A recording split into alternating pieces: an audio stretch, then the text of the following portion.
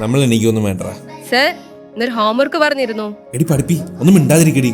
Doctor എന്നാ ആ ഹോംവർക്കിന്റെ കാര്യം അങ്ങനെ മറക്കണം. വേഗം എന്തെങ്കിലും ചെയ്യും. നമ്മൾ എവിടെയായിരുന്നു പറഞ്ഞു നിർത്തിയത്? വർക്കായി ഡോക്ടർ എന്നാ അങ്ങനെ മറന്നു. ആ, ഓവർ പോപ്പുലേഷൻ.